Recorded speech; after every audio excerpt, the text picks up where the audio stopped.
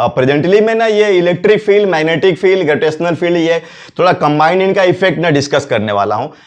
मतलब जैसे कि तुम मान के चलो, जैसे ये सब सपोज दैट कि ये तुम्हारा कैपेसिटर है, ठीक है, ये प्लस प्लस चार्ज है और ये माइनस माइनस चार्ज है, ये तुम्हारा क्या हो गया, बोलो इलेक्ट्रिक फील्ड हो गया। चलो अच्छा ये बताओ मुझे, जैसे ये प्लस क्यू चार्ज है, माइनस क्यू चार्ज है, तो ये इलेक्ट्रिक फील्ड की वैल्यू कितनी होती है, बता सकते हो आप लोग? ये जो इलेक्ट्रिक फील्ड होगा, मान लो एरिया ए है, तो क्यू ए एप्सिलॉन नॉट होता है, या क्यू बाई ए को बोल सकते हो सिग्मा बाई एप्सिलॉन नॉट। जैसे ये तुम्हारा प्लस सिग्मा माइनस सिग्मा, ये किसी की भी फॉर्मेट में तुम बोल सकते हो। अब मुझे बताओ, अगर तुम कोई चार्ज पार्टिकल प्लस क्यू अगर ऐसे वेक्टर वी से इसको फेंकते हो, तो वेक्टर वी की टेंडेंसी क्या होगी, इलेक्ट्रिक फील्ड वेक्टर का पैरेलल होना चाहेगा, मतलब इस तरह से इसकी पाथ आएगी, ठीक है ना। और अगर ये माइनस क्यू चार्ज रहेगा तो ये एंटी पैरेलल होना चाहेगा। सेम चीज तुम्हारा ग्रेविटी वाला में भी है, जैसे कि ये तुम्हारा ग्रेविटी है, ठीक है, और तुमने कोई प्लस क्यू चार्ज कोई मास लिया तुमने एम, और इसको वेलोसिटी वेक्टर यू दिया, तो ये ऐसा पैरेलल होना चाहेगा ग्रेविटी वेक्टर का। लेकिन ये वाली मैग्नेटिक फील्ड में नहीं होती है, देख लो आप, समझ लो भाई।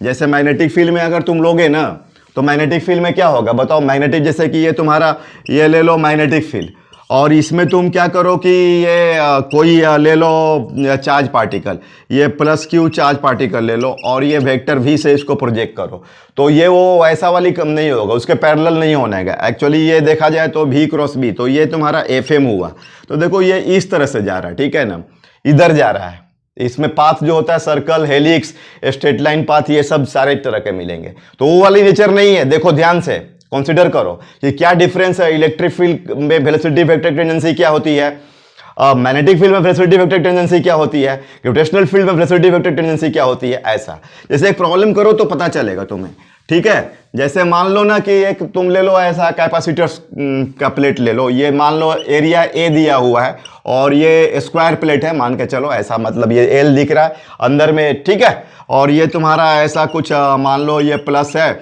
और ये माइनस है, ये प्लस सिग्मा ले लो, ये माइनस सिग्मा ले लो, और एक इलेक्ट्रॉन को इसमें फेंका गया वी से, तो वो तुम्हारा इलेक्ट्रिक फील्ड जो है, ये इलेक्ट्रिक फील्ड का वो उधर नहीं जा रहा है, वो सीधा ही भाग रहा है ऐसा। एक्चुअली इसके अंदर में मैग्नेटिक फील्ड भी डीप किया गया है, इसमें सब मैग्नेटिक फील्ड भी इन्वॉल्व किया गया है। मैग्नेटिक फील्ड की वैल्यू कितनी है, बी, तो यहाँ से यहाँ जाने में, पूरा इसको कवर करने में पूरी प्लेट कितना टाइम लगेगा, ये क्वेश्चन है। तो अब क्लियर, क्वाइट क्लियर है कि अगर ये मैग्नेटिक फील्ड नहीं होता तो हमारा ये ऐसे भागता, पॉजिटिव की तरफ भागता इलेक्ट्रॉन, लेकिन ये क्वेश्चन में दे रहा है कि तुम्हारा स्ट्रेट भाग रहा है, तो इसका मतलब कि इलेक्ट्रोस्टैटिक फोर्स एफई और आपका ये क्या बोलते हैं एफ एम, दोनों एक दूसरे का अपोजिट होगा और कैंसिल करेगा।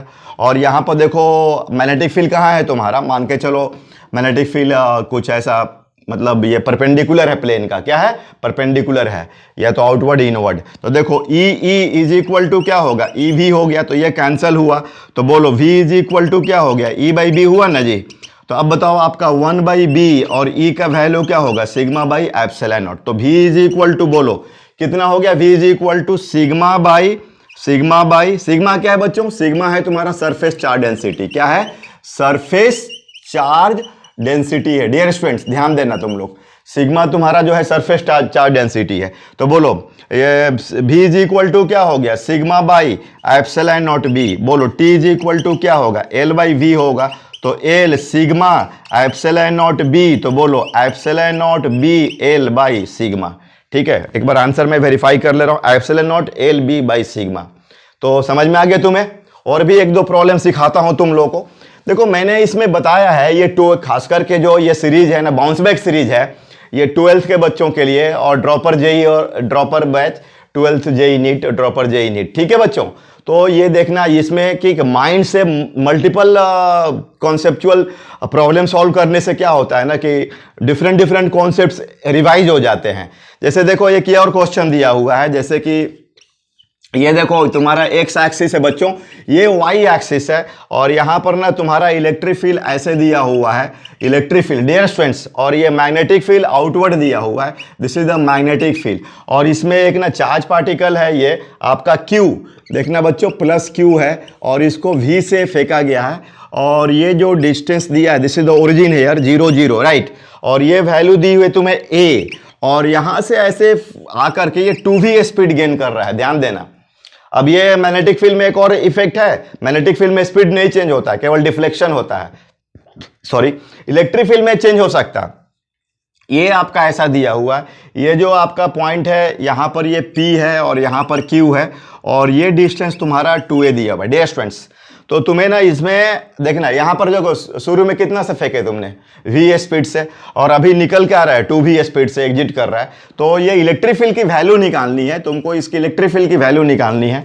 इसका जो मास दिया है m, ये सब m q v, ठीक है, इलेक्ट्रिक फील्ड की वैल्यू निकालनी है तुम्हें m q v और b के टर्म में ऐसा निकालना है, ठीक है, और जो भी, और ये कोऑर्डिनेट्स दिया हुआ है, इसका कोऑर्डिनेट क्या है तुम्हारा, ये a है और ये 2a है, मतलब ये हो गया 2a, 0 और इसका तुम्हारा हो गया 0, a, राइट।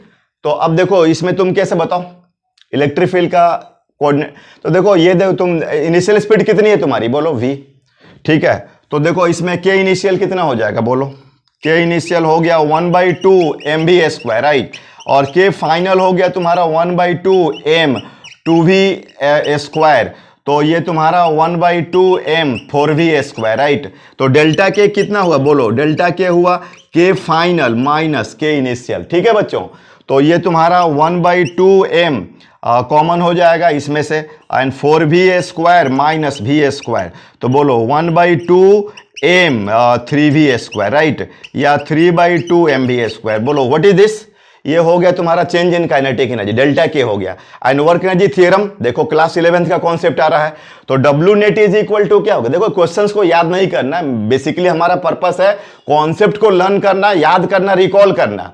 देखो वर्क एनर्जी थ्योरम आ गया, तो इसमें W net is equal to तुम्हारा डेल्टा के हो गया, तो ये डेल्टा के आ गया तुम्हारा कितना, बोलो 3/2 mv², 3/2 mv², right, 3/2 mv², clear हो रहा है।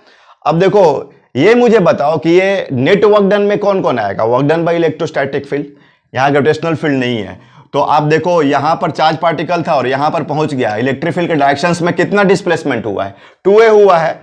तो देखो अब ये वर्क डन नेट, बोलो, तो work done by electrostatic field कितना हो जाए, Q into Qv, charge force कितना हो गया, Qv हो गया ना, और डिस्प्लेसमेंट कितना हुआ है इलेक्ट्रिक फील्ड के पैरेलल में, कितना हुआ है 2a, ठीक है। तो आप अगर इलेक्ट्रो फोर्स के हिसाब से देख रहे हो तो this is the work done is equal to FD। तो अब बताओ दैट विल बी क्या हो जाएगा आपका 3/2 mv², राइट, 3/2 mv²। तो इसमें तुम्हारा जो वैल्यू होगा इलेक्ट्रिक फील्ड का, ये हो जाएगा 3 mv² बाई कितना Q4a, राइट, ये इलेक्ट्रिक फील्ड का वैल्यू हो गया, ठीक है, is equal to 3 mv² by 4qa, getting now.